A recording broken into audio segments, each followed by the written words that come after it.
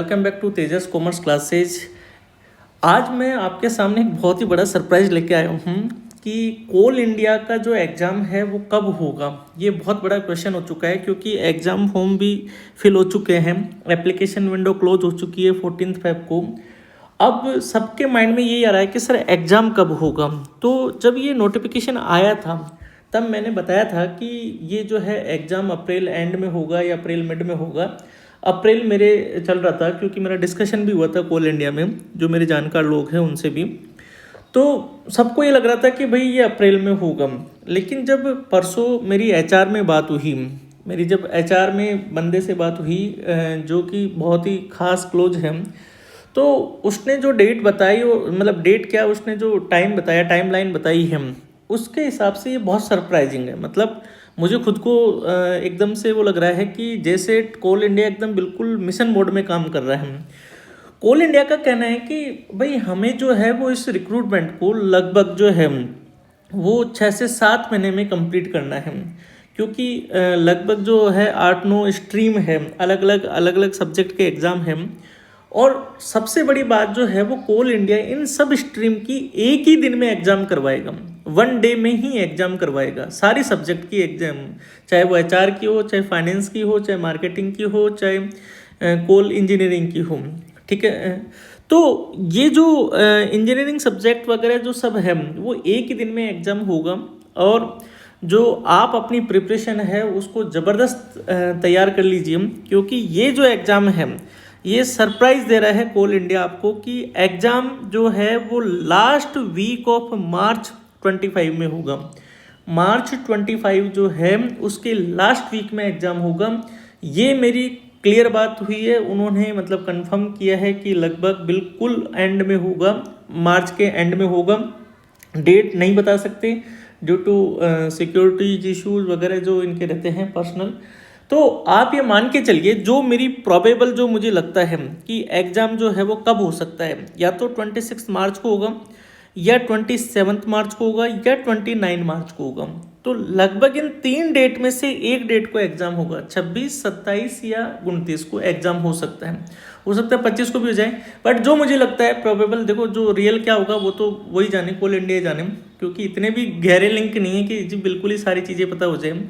ठीक है, लेकिन ये है कि हाँ, उन्होंने जो बताया है उससे ये सब क्लियर हो चुका है कि अप्रैल में तो नहीं होगा ये एग्ज़ाम, अप्रैल एंड में नहीं होगा और मार्च एंड में ही होगा। हालांकि बाद में कोई सिचुएशन चेंज हो जाए उसका पता नहीं, क्योंकि एडमिनिस्ट्रेटिव काम होते हैं, कई सारी चीज़ें होती है, सेंटर वगैरह होते हैं। बट इन्होंने अपने सेंटर भी पहले ही फाइनल कर लिए हैं, इनके सेंटर की लिस्ट भी आपको मिली हुई है। और लिमिटेड इन्होंने जो सेंटर है वो बड़ी सिटीज़ में लिमिटेड सेंटर रखे हैं, इसके बजाय इन्होंने छोटी सिटीज़ में सेंटर बढ़ा दिए हैं। ठीक है, तो आप ये मान के चलिए कि एग्ज़ाम जो है वो मार्च एंड में होगा। तो आपके पास में मोटा मोटा अगर मैं ये देखूँ तो 15 दिन 13 दिन जो है वो लगभग आपके पास में फरवरी के हैं, और जो 20 दिन जो है, 20 से 25 दिन जो है वो आपके पास में मार्च के हैं। तो 25 दिन मार्च के, 13 दिन इधर अपन काउंट करें तो लगभग आपके पास में जो है वो 35 से 38 दिन का टाइम है। क्योंकि 1-2 दिन हो सकता है ट्रैवल वगैरह में आप कहीं से एग्ज़ाम देने जा रहे हैं। तो आपको अपनी जो प्रिपरेशन स्ट्रैटेजी है वो उसी हिसाब से शेड्यूल करनी है कि मुझे कैसे फास्ट रिवीजन करना है, कैसे कंप्लीट अपना कोर्स करना है। ठीक है, कैसे जितना जल्दी आप अपने कोर्स को कंप्लीट कर पाएंगे उतना ही ज़्यादा आपके लिए फ़ायदेमंद रहेगा। आप जहाँ से भी पढ़ रहे हैं, जिस भी प्लेटफॉर्म से पढ़ रहे हैं, कोशिश कीजिए कि आप अपने कोर्स को जल्दी से जल्दी कंप्लीट करें। उसके लिए मैंने 2-4 छोटी छोटी ट्रिक्स आपको मैं वापस से रिकमेंड कर रहा हूँ। आपको सबसे ज़्यादा जो मल्टीपल रिवीजन की ज़रूरत है, आप अपने प्रोफेशनल या जनरल जो पेपर है, दोनों पेपर 1 और पेपर 2, उसका मल्टीपल रिवीजन कीजिए। ठीक है, और डेली जो है वो हर चैप्टर से, हर टॉपिक, रीजनिंग और मैथ, इनके हर टॉपिक से डेली 10 क्वेश्चंस की प्रैक्टिस कीजिए। आपको कॉन्सेप्ट पता होना चाहिए। रीजनिंग और मैथ के क्वेश्चंस जो है वो आपको कॉन्सेप्ट क्लियर करवाते हैं, क्वेश्चंस को सॉल्व करने का तरीका बताते हैं। उसमें कोई रटने वाली चीज़ नहीं है, वहाँ पर कोई याद करने वाली चीज़ नहीं है कि भाई ये इसका क्वेश्चंस का ये आंसर होगा, नहीं। आपको वहाँ पर कॉन्सेप्ट सीखना है कि ब्लड रिलेशनशिप का क्वेश्चन आ जाए तो कैसे करना है, डायरेक्शंस का क्वेश्चन आता है तो उसको कैसे सोल्व करना है, सिलोगिज्म आती है तो उसको कैसे सोल्व करना है, मैथ में परसेंटेज के क्वेश्चन आते हैं तो उसको फास्ट कैसे सोल्व कर सकते हैं स्पीडली। इसके अलावा आपको डेली 1 घंटा जो है वो जीके को देना है, जनरल अवेयरनेस को देना है, जनरल नॉलेज को देना है। ठीक है, तो जो भी कोर्स में जो मेरे कोर्स में अपलोड कर रखे हैं मैंने, बस उसी को पढ़ना है। उसके अलावा कहीं से भी कुछ भी कंफ्यूज होने की ज़रूरत आपको नहीं है। स्टैटिक जीके आपको डली हुई है, रीजनिंग के टॉपिक डले हुए हैं, वीडियो लेक्चर्स डले हुए हैं, क्लास की पीपीटी डली हुई है। बस उन्हीं को प्रैक्टिस करो, एक भी सिंगल क्वेश्चन नया करने की जरूरत नहीं है। मेरी बात को आप अच्छे से सुन लें, आपको कोई 1000-2000 एग्जाम के क्वेश्चन सॉल्व नहीं करने हैं। आपको हर टॉपिक के, यानी ब्लड रिलेशनशिप है तो ब्लड रिलेशनशिप के 50 क्वेश्चन सॉल्व करने हैं, बस इतने में हमारा काम हो जाएगा। इतना भी टफ पेपर नहीं आता है या इतना भी लेवल का नहीं आता है जी भी एक कोई एसबीआई पीओ का पेपर चल रहा है, नहीं। आप एसबीआई पीओ और इस कोल इंडिया के पेपर को कंपेयर बिल्कुल भी मत करना, बैंकिंग एग्जाम से तो बिल्कुल ही मत करना। जो आईबीपीएस लेता है, जो रेगुलेटरी बॉडीज की जो एग्जाम आईबीपीएस लेता है, उससे तो बिल्कुल भी कंपेयर ना करें। ठीक है, तो जो टॉपिक दिए हैं उससे सिंपल सिंपल क्वेश्चंस पूछे जाते हैं। तो मेरा ये मानना है कि हर टॉपिक से मैक्सिमम 50 क्वेश्चंस करने हैं आपको। ठीक है, और 50 भी नहीं कर पाओ तो आप तो बस 30 क्वेश्चंस कर लेना, अगर किसी के पास में टाइम नहीं हो तो। ठीक है, आपको जो अपनी वीडियो लेक्चर्स है, आप जहाँ से भी पढ़ रहे हैं, मैथ या रीजनिंग के जो मेरी क्लासेस जो दी हुई है, वो 5 अप्रैल से पहले पहले आपको कंप्लीट कर लेनी है। ठीक है, 40-45 मिनट की क्लास है, ज़्यादा से ज़्यादा आप स्पीड में रखिए उनको, 2 की या 1.5 की स्पीड में करके, 1.5 की स्पीड में करके आप उसको आराम से सीख सकते हैं। और जो क्लास की पीपीटीज दे रखी है उसी से प्रैक्टिस करिए, जो क्वेश्चंस डले हुए हैं उसी से प्रैक्टिस करिए, जो प्रिंटेड बुक्स में जो है उसी से प्रैक्टिस करिए। करंट अफेयर जो आपको कवर करनी है वो अक्टूबर 24 से लेकर 10 अप्रैल तक की करंट अफेयर्स आपको कवर करनी है, वो भी कोर्स में डली हुई है करंट अफेयर्स। तो अक्टूबर 24 से 10 अप्रैल तक की जो करंट अफेयर्स है वो बहुत अच्छे से करनी है। ऑलरेडी मैं बता चुका क्या क्या टॉपिक करने हैं, वो पहले ही वीडियो में जा चुका हूँ। Try to score in professional part, professional part में कोशिश करिए कि 85+ आपके मार्क्स आए, क्योंकि वो आपका कोर सब्जेक्ट है, कोर एरिया है। तो आपको 100 में से 85 के आसपास जो है वो मार्क्स कवर करने हैं प्रोफेशनल में, एंड 65+ मार्क्स आपको जनरल पेपर में कवर करने हैं। ये आप अपना टारगेट रखिए माइंड सेट में कि क्लियर मुझे सिलेक्शन लेने के लिए 85 जो है वो मुझे प्रोफेशनल में लाना है और 65 मुझे जनरल में लाना है। यानी ये हमारा पूरा 150 मार्क्स का टारगेट है।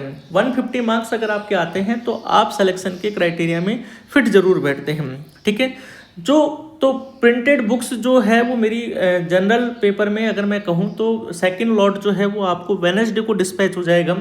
ठीक है, उसमें रीजनिंग और मैथ की बुक तो प्रिंट होके आ गई है, इंग्लिश की बुक और जीके की बुक बची है, वो भी आई थिंक मेरे पास में ट्यूसडे को आ जाएगी। और वेडनेसडे को आपके जितने भी पेंडिंग जिनके भी सेकंड लॉट जो बुक्स चल रही हैं या प्रोफेशनल का कोई इक्का दुक्का बुक बाकी चल रही है, उन सभी को वेडनेसडे को बुक से डिस्पैच हो जाएगी। तो पैनिक होने की जरूरत नहीं है बिल्कुल भी, आप आराम से अपने आप पे कॉन्फिडेंस रखिए, अपनी नॉलेज पे कॉन्फिडेंस करिए। और प्रोफेशनल को मैं हम जो फ्रेशर हैं, जो चार्टर्ड अकाउंटेंट है या सीएमए हैं, उनको मैं यही कहूँगा कि आप प्रोफेशनल पार्ट पे कम फोकस रखते हुए, यानी क्योंकि आपका वो ताज़ा तैयार है अभी, तो आप उसका जस्ट जो बुक्स जो नोट्स है उनसे बुक्स से आप उस तरीके से रिवाइज कीजिए कि कॉम्पिटिटिव में क्या पूछता है, न कि हमें कोई सब्जेक्टिव पैटर्न से स्टडी करनी है। तो बहुत बारीक चीज़ों पे बहुत फोकस करना है, ओवर कॉन्फिडेंस नहीं होना है आपको।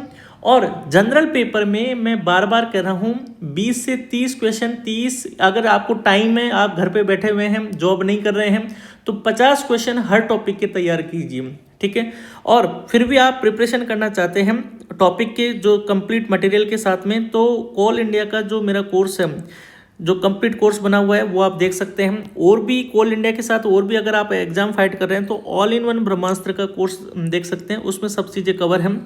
ये बुक्स है इंग्लिश की जो बुक्स आपको मिलेगी, इसमें कंप्लीट ग्रामर के पॉइंट, आपके जो सिलोगिज्म है, जो एंटोनियम है, सिनोनियम है, वन वर्ड वगैरह सब मैंने डाल दिए हैं ताकि आपके लिए रेलिवेंट हो। ये जनरल अवेयरनेस की बुक आपको मिलने वाली है, जिसमें स्टैटिक जीके वगैरह सारी चीज़ें आपको मिलेगी। बहुत ही छोटी बुक है, बहुत काम की बुक है। अगली जो बुक है जनरल पेपर में रीजनिंग की एमसीक्यू बुक है।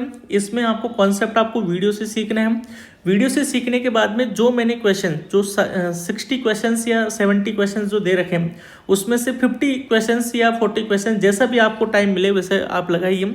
ये मतलब बहुत यूजफुल बुक है और बाइलिंगुअल है, सबसे बड़ी बात है बाइलिंगुअल है, हिंदी इंग्लिश दोनों में हम। ठीक है, इसके बाद जो चौथी जो बुक है जनरल की, वो मैथ की है। मैं ये कह रहा हूँ कि मैथ में इसके अलावा कहीं से भी कोई भी क्वेश्चन ट्राई करने की जरूरत नहीं है। ये अपने आप में परफेक्ट और कंप्लीट है। आप किसी भी स्ट्रीम से बिलोंग करते हैं, फाइनेंस से हैं, एचआर से हैं, तो भी आप ये सेट खरीद सकते हैं जनरल पेपर का। आपको इसमें 4 बुक्स मिलेगी और ये एकदम बिल्कुल रेलिवेंट बुक है, जिसमें जो सिलेबस जो कोल इंडिया का दिया हुआ है, कोल इंडिया के पैटर्न के हिसाब से ही इसमें सारी चीज़ें कवर की गई है।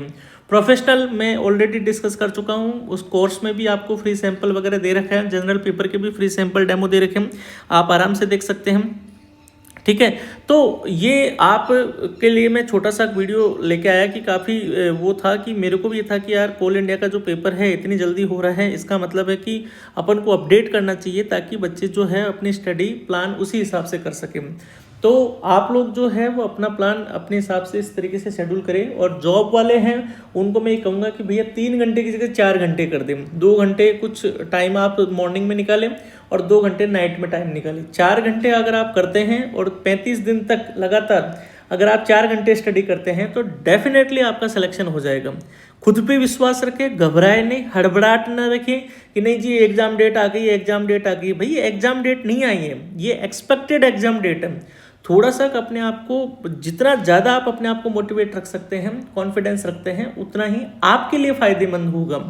ठीक है, एग्जाम भी आ जाएगा, सब कुछ हो जाएगा। लोग इसी वजह से तैयारी नहीं कर पाते। आधे तो अरे यार आप अपनी तो तैयारी हुई नहीं, अब सब अपना तो सिलेक्शन नहीं होगा। तो आधे तो ऐसे ही है, आधे एग्जाम देने नहीं जाएंगे, उनके कुछ काम पड़ जाएंगे, कुछ क्लोजिंग में फंस जाएंगे कि जी मेरी तो ऑफिस से छुट्टी नहीं मिल पा रही है, 26 को तो क्लोजिंग है, हमारे ये टारगेट चल रहे हैं, कोई बैंक में होगा, कोई कैसे होगा। तो आप मान के चलिए कि लगभग 40% एस्पिरेंट तो ऐसे होंगे जो एग्जाम देने ही नहीं जाएंगे। और थोड़े दिनों में वो डाटा भी आ जाएगा कि कितने लोगों ने किस स्ट्रीम से कितना फॉर्म भरा है, वो भी आ जाएगा। तो आप इन चीज़ों पे फोकस ना करें कितने लोगों ने फॉर्म भरा है, आपको अपनी एक सीट लेनी है। अपना टाइम वेस्ट बिल्कुल ना करें। और जो मैं अपनी बुक्स के रिगार्डिंग में बता चुका हूँ कि आप मुझे बिल्कुल भी मैसेज करने की जरूरत नहीं है, मुझे बिल्कुल सबका नोटेड है, सब चीज़ें पूरी टीम इसमें इन्वॉल्व है, सबका ध्यान है। आपका जो पार्सल है जब भी यहाँ से डिस्पैच होगा आपको ट्रैकिंग आईडी व्हाट्सएप पे मिल जाएगा। ठीक है, थैंक यू गाइज, ये आपके लिए थोड़ा सा अपडेट था। आप अपने आप को इसके लिए अलर्ट रखें और एग्ज़ाम के लिए अभी से ही जो है वो प्रैक्टिस ज़रूर करना शुरू कर दें। ठीक है, थैंक यू गाइज।